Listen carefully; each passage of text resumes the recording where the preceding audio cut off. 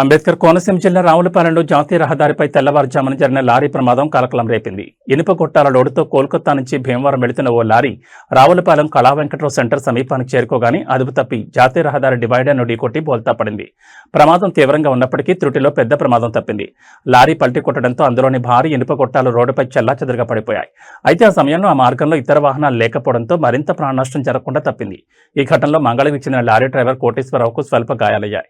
సమాచారం అందుకున్న పోలీసులు సంఘటనా స్థలానికి చేరుకుని ట్రాఫిక్ అంతరాయం కలగకుండా చర్యలు చేపట్టారు.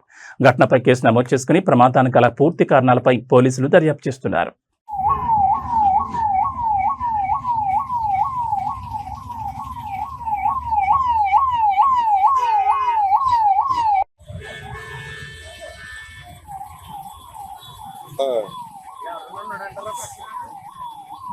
డ్రైవర్ దెబ్బలు తగిలింట.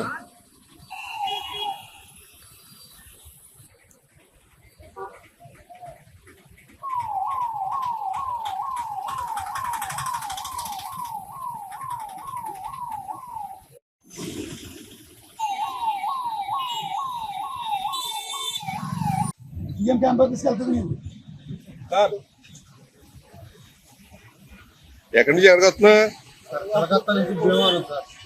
ఏంటి లోడ్ ఏంటిది? బిఎస్ఎన్ఎల్ కేసి పైపులు ఎన్ని పైపులు? Okay okay. ఏమైంది? డివైడర్ కొట్టావా? ఏం పేరు నీ పేరు? కోటేశ్వరరావు సార్. ఏ ఊరు? మంగళగిరి సార్. మంగళగిరి. ఓకే.